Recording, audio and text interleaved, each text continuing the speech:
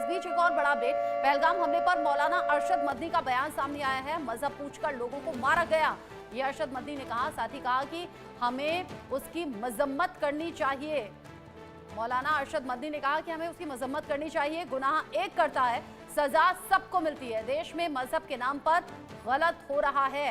पाकिस्तान का हिंदुस्तान से कोई मुकाबला नहीं है। घुसपैठियों को देश से निकाल बाहर करना चाहिए। और ये पहली बार नहीं है जब मुल्क में बैठे हुए मुसलमान न सिर्फ उस हमले की निंदा कर रहे हैं, जैसा कि मौलाना अरशद मदनी ने भी कहा कि मजम्मत हमें उस हमले की करनी चाहिए, साथ ही साथ मजहब के नाम पर गलत हुआ है, मजहब जो हमारा है उसका नाम बदनाम करने की भी कोशिश है। घुसपैठियों को देश से बाहर निकाल फेंकना चाहिए और इस हमले की मजम्मत के साथ साथ कार्रवाई की मांग भी मौलाना अरशद मदनी ने की है। उन्होंने कहा कि मजहब पूछा गया, लोगों को मार दिया गया, ये कतई गलत हुआ है।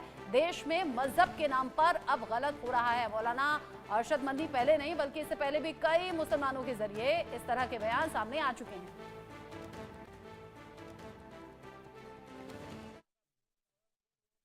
मैं समझता हूँ ये तो गवर्नमेंट की पॉलिसी है नफरत की, इसलिए वो ये कर रहे हैं, वरना ये नहीं होना चाहिए था। अपने मुल्क के अंदर अमन अमान को कायम रखना चाहिए। जो लोग ऐसा कर रहे हैं वो मुजरिम हैं। अरे भाई, अगर कसूर है तो उन 3, 4, 5, 7 आदमियों का जिन्होंने कत्ल किया है, जो जी चाहे कर दो। मैं अपने घर बैठा हुआ, मैंने तो सुना किसी से कि भाई ऐसा हो गया, मेरा क्या जुर्म है कि आप मुझे कत्ल करने लगेंगे। उन्होंने जो किया, अगर यूं कहो कि वो 70% गुनाह किया, बुरा किया, मैं कहूँ ये 100% बुरा है। क्यों किसी को कत्ल